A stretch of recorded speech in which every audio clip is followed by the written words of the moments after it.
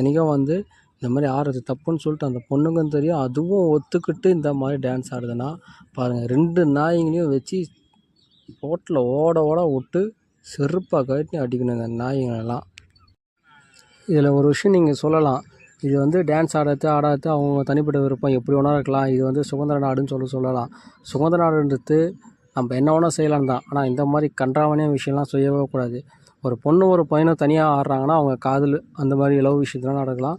10 பேர் 10 ஆம்பளையும் 10 பொம்பளையும் பண்ணுறாங்கன்னா ஒரு என்ஜாய்மெண்ட்டுக்கோசம், சந்தோஷத்துக்கோசம் டான்ஸ் ஆடுறாங்க. இதுவே 10 பசங்க இருக்கிற ஒரு பொண்ணு ஆடுதுன்னா அது வந்து வல்கரான ஒரு விஷயம்.